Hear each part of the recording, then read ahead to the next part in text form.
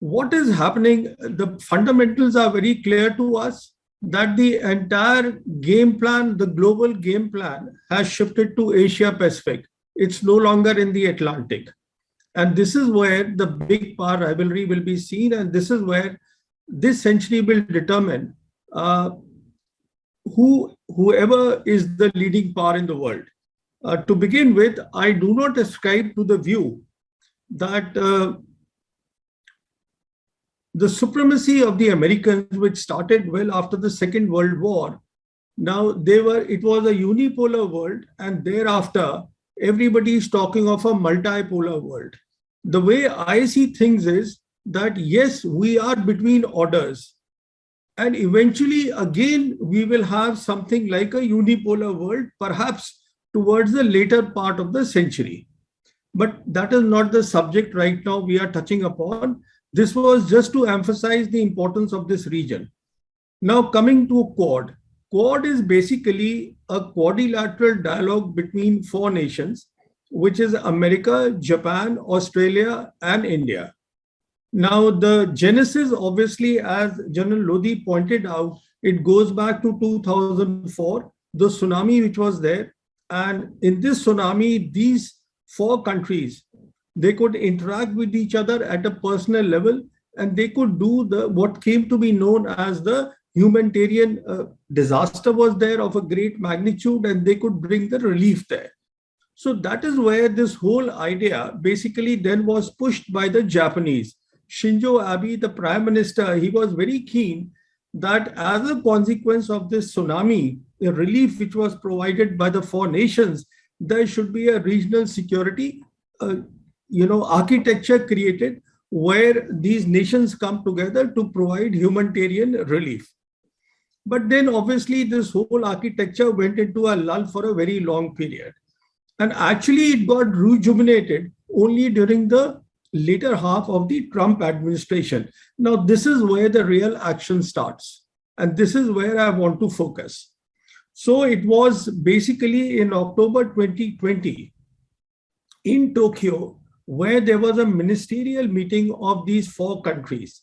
And this is where the then US Secretary of State, Mike Pompeo, he mentioned about formalizing Quad, and he mentioned about creating a security framework.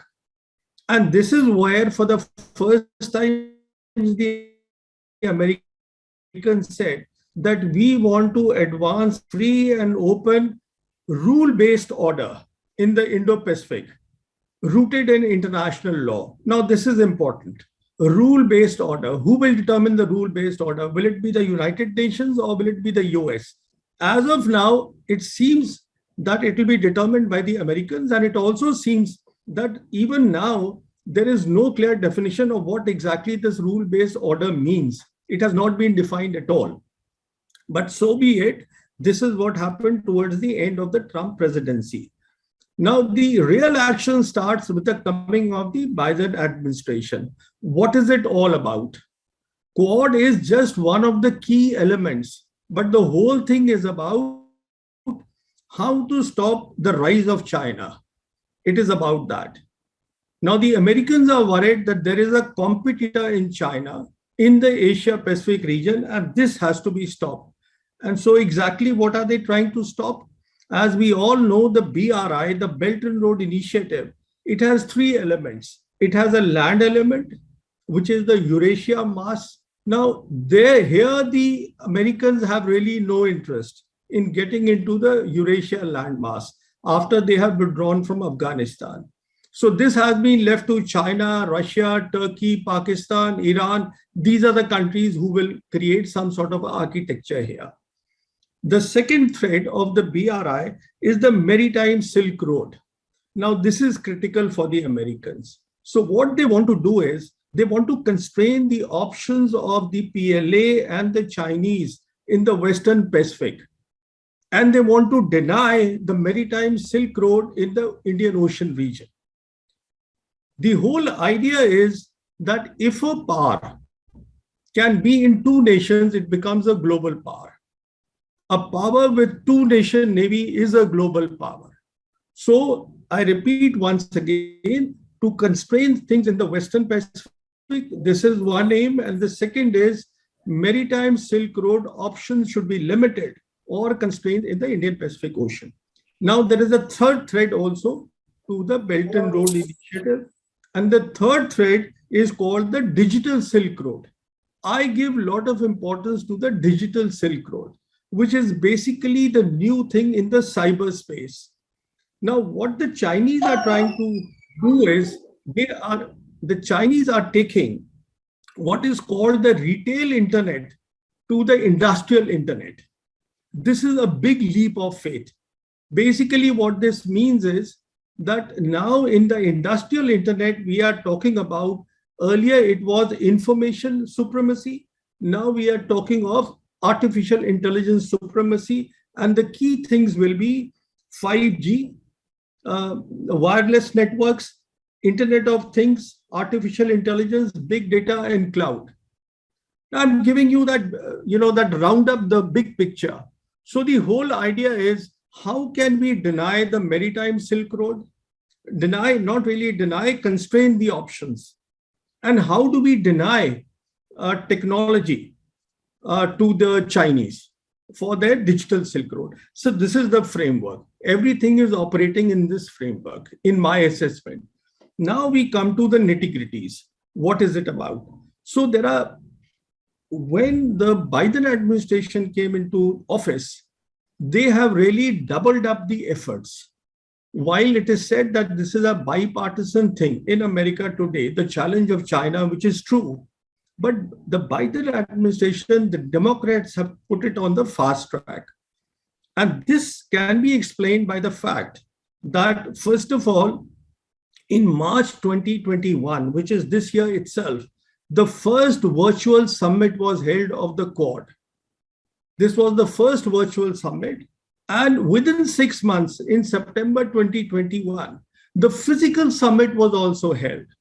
Now, this says a lot. When you have two summits within 6 months, you are talking of centrality of the Quad to the Indo-Pacific strategy. Period. This is what you're talking of.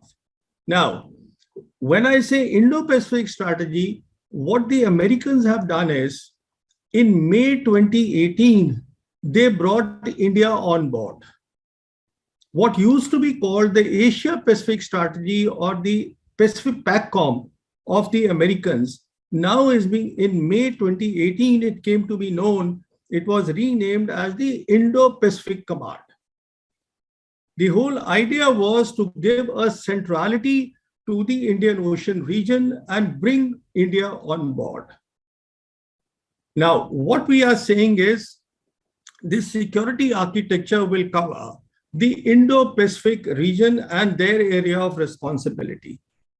Incidentally, that area of responsibility now actually has gone to East Africa also. It has actually expanded so much, their area of responsibility. So within this, there are 5 things happening, which are part of this to secure this architecture and to constrain, as I explained, the maritime Silk Road and the digital Silk Road. So the first thing is that the Biden administration came up with what is called the Pacific Deterrence Initiative. Now, what is this initiative? This initiative is that in the Western Pacific region, where you have these problem of South China Sea going on, where you have the Taiwan Straits, where you have the problem of East China Sea, all these problems are there. The worry of the Americans consistently has been that China has very powerful, what they call anti-access area defense capabilities. And this is what the Chinese call, the Chinese version of A2AD is the counter-intervention strategy. This basically means it involves a lot of missiles, land-based systems, land-based ballistic missiles, cruise missiles, all land-based. And it involves a whole lot of things, the emerging technologies like laser weapons, everything will come in this rubric. The idea is to keep the Americans constrained and to keep them as much away from the Chinese. Now, the worry of the Americans came about once the militarization of the South China Sea reclaimed islands, the islands which were reclaimed by the PLA, by China, they started militarizing it. This is when it was felt by the American military that today, once they have the missiles on these reclaimed island of South China Sea, they will be able to reach as far as Oceania, those 14 countries which are there around Australia. So this will be the reach. And so the first issue that came about was that because now there is a worry about the land-based missiles, two steps have to be taken. What were the two steps?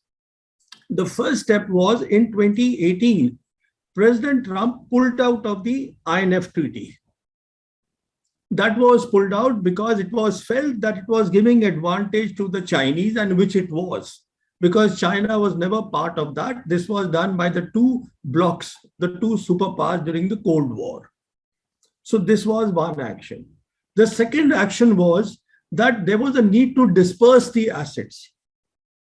Because if the Chinese were to get at one of the American bases, they could destroy their things in one go. So the idea was that instead of having few bases, then there is a need to have diffused assets in so many more bases. So this is what is called the Pacific Deterrence Initiative. This whole thing, that how do we disperse and we then create a deterrence of our own. So the idea was we will have our own hypersonic missiles, we will have land-based cruise missiles, land-based ballistic missiles, and what we will do is we will have them across the dispersed bases. This whole thing is being done to constrain the PLA within the Western Pacific Ocean. This is one thing.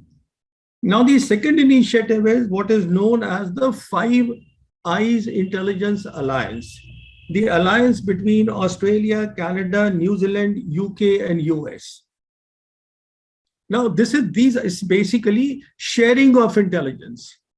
This becomes very important. And one of the key things which will be shared is where is exactly the technology going? What is the problem with technology is, I'm just digressing to make the point.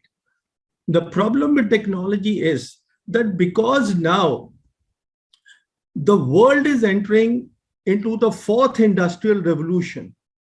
See, the third industrial revolution was about the digital age, digitizations. Now we are talking of artificial intelligence and data. And the backbone of this fourth industrial revolution will be 5G. And Huawei 5G is by far, it has progressed far than the competitors. It has been adopted by a lot of BRI countries and even countries which are not part of BRI like Hungary. They are also now trying to get on board. So the worry was that if you have more and more countries which adapt the Chinese emerging technology, especially 5G Huawei, then China will set the standards. The worry is China setting the standards, because whichever country sets the standards, then you have to do the interoperability, your routers, your other systems, they have to then conform to the standard which is set by the country which sets the standard. So to deny China setting the standards. So that is what the one part of the intelligence will do. So the next initiative is, what is the Quad itself? Now the Quad, as rightly mentioned by General Lodhi, this is key to the whole thing. Why this is key is, I believe this provides the policy framework to the Indo-Pacific strategy of the Americans. And here, India will play a very important role in this strategy. Which is why, as I explained, they changed the name also to Indo-Pacific. But this is a subject which we can perhaps tackle in the question answer session. So Quad is another initiative which is there. Now the next initiative, as again mentioned, was AUKUS, which is the Australia, UK, and US, which is a very recent thing. In any case, they are allies. All these three countries are military allies. So what the Australians have done is that they have cancelled the deal they had for the conventional submarines with the French. And instead, the Americans and the British, they are saying that we will provide you the nuclear powered submarines. Now, you see, this makes a sensational news. But the truth of the matter is, this is not an easy thing at all. Why it is not easy is that even for such something like a nuclear powered submarine for a country even like Australia, to operationalize them will take something like 10 years. Now, what will happen in 10 years? Please, let's understand the robotization of war is happening. As the commercial world is moving into the fourth industrial revolution, the war also is moving. And the war will be robotized. And again, China is in the forefront here, competing with America. So the long and short is, what exactly will be done by a nuclear powered submarine? Will it be crewed? Crew will be there? Will it be manned? And how will the unmanned systems fit with it? What I'm trying to point out is that there are technical, there are operational issues which need to be tackled. So it is not that this deal has been signed and tomorrow they will get and they'll start operating the nuclear submarines. Nothing of that sort will happen. From the American perspective, it is a commitment reinforced by one of their military allies. You see, Australia has a military alliance going back to 1951 with the Americans. So it's a reinforcement of that. Basically, they will now cover the southern part of the Pacific Ocean. This is what the Australia and Oceania, all that area, they will be looking at. So India has the role to play in the Indian Ocean region. So this is basically what we see in all this is what is happening. All the initiatives, as I said, these 5 initiatives taken by the Biden administration, they all are focused on the military aspect. Now, this is where I think they give the upper hand to the Chinese, because Chinese have been smarter.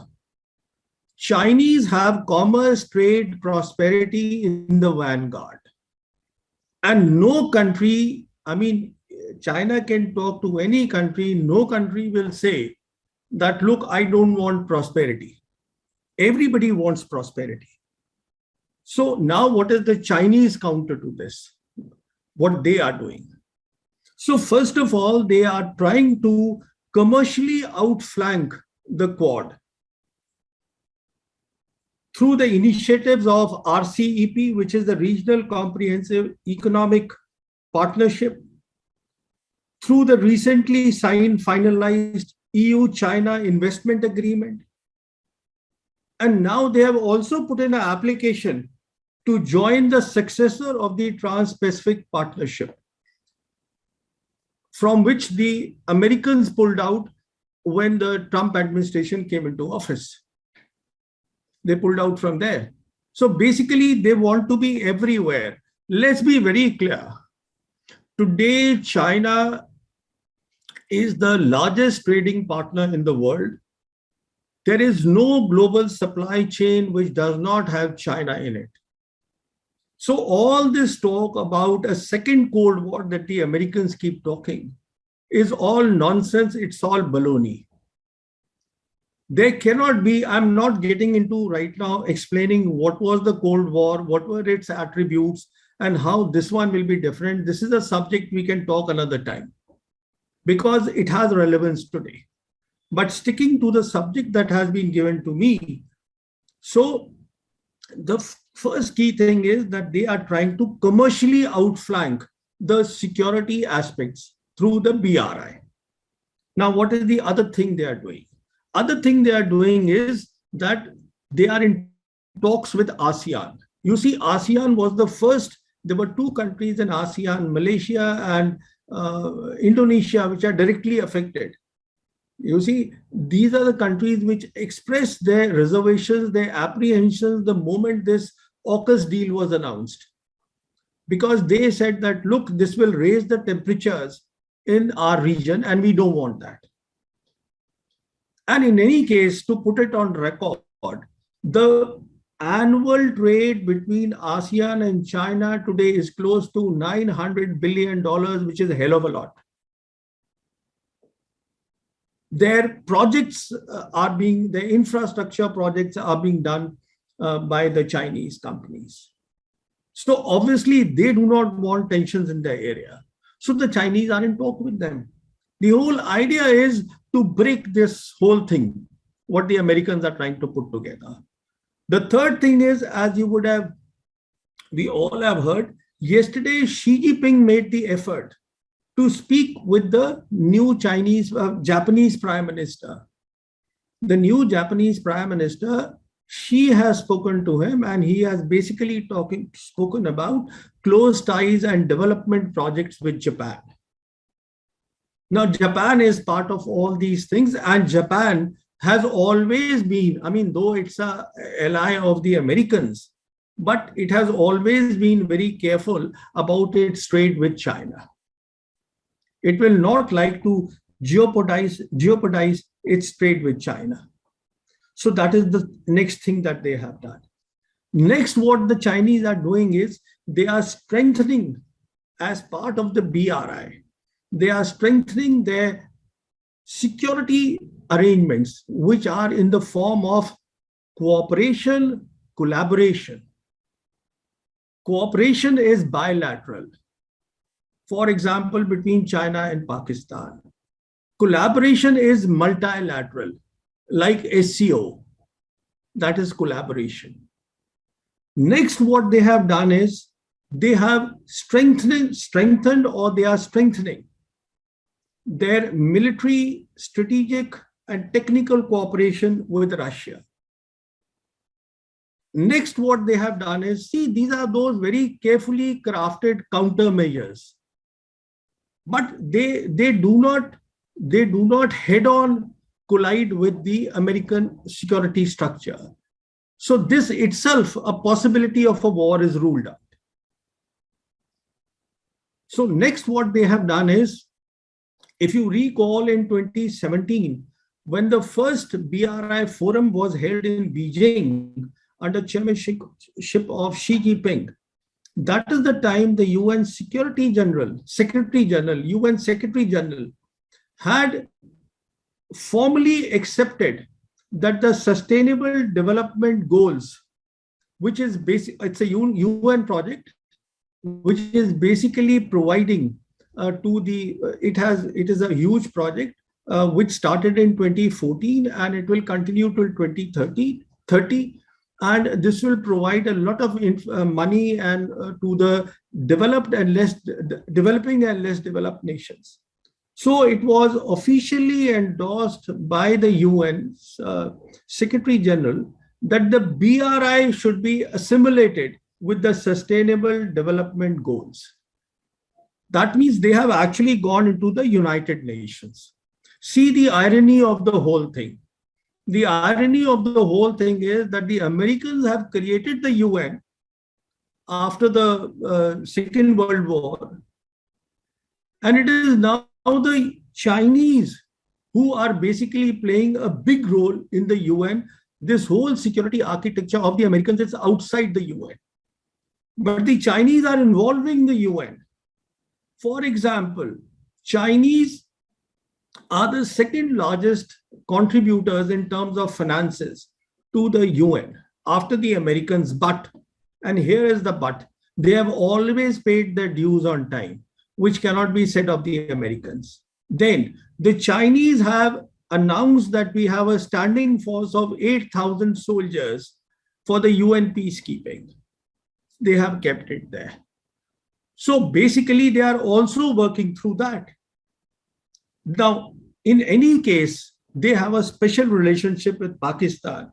I don't have to dwell on that, but I am absolutely certain that if Pakistan, this is my assessment, don't take it amiss, if Pakistan can get its politics correct, you have prosperity in your hand. This is the way I see it. You can do the connectivity to your CPEC and through the peace sub-sea cables that you are taking to East Africa. All this is doable. Because Gwadar will at some stage become the hub. How soon is up to the Pakistani state and their government, what they do with it. But the Chinese have been very clever. They opened a base which they call the logistics support system or base in Djibouti. What they have done by that is, first of all, it has proximity to Gwadar. And second, earlier they had the problem in the Strait of Malacca. They could bypass that through the Eurasian landmass, their connectivity there. Now they will be able to now guard all their traffic, the commercial traffic coming through the Europe to the Indian Ocean region by keeping an eye of Strait of Hormuz and the Bab al-Mandeb. That's the key, this thing, node is there. So basically, the Pakistanis are on one side, the Chinese, Djibouti are there. In any case, you see, they've been doing long voyages since 2008 under the garb of anti-piracy operations. The Chinese naval ships, where they could test their endurance, where they could test the waters of the Indian Ocean region. They have done the hydrographic surveys of this ocean, and then they have a logistic base in Djibouti. So the point I'm making is, what I'm trying to say is very simple, that the Americans have always been focused on the military aspect. Although President Biden has spoken about something called Build Back and Better World, which is abbreviated as B3W. You see, the point of the matter is that who will pay the money, what will happen? Nothing will happen, in my assessment. It will just remain acronym what it is. So everything then boils down to, this is my last point on the Americans I want to make. Everything boils down to what they call the integrated deterrence. What is integrated deterrence? Integrated deterrence is what they are looking at, how to fight a future war with China. And this is also known as joint or domain operations. And this is where eventually all these Quad countries will fit in. And their strategic partners like India will fit in. So the operational part, let's put it like this, as far as Americans are concerned, they have an Indo-Pacific strategy. The policy guidelines or the centrality to that is provided by the Quad, and the operational aspect will be provided by the integrated deterrence. And AUKUS and 5G, everything converges into this. On the other hand, what the Chinese have is an entirely different security system based on cooperation, collaboration, and commercially outflanking the Americans and ensuring that the partnerships that they are creating in the various regions, they do not fructify. You know, this I have given a very broad overview of where Quad, where the security architecture fits in. And I'm very happy to, to get in the discussion.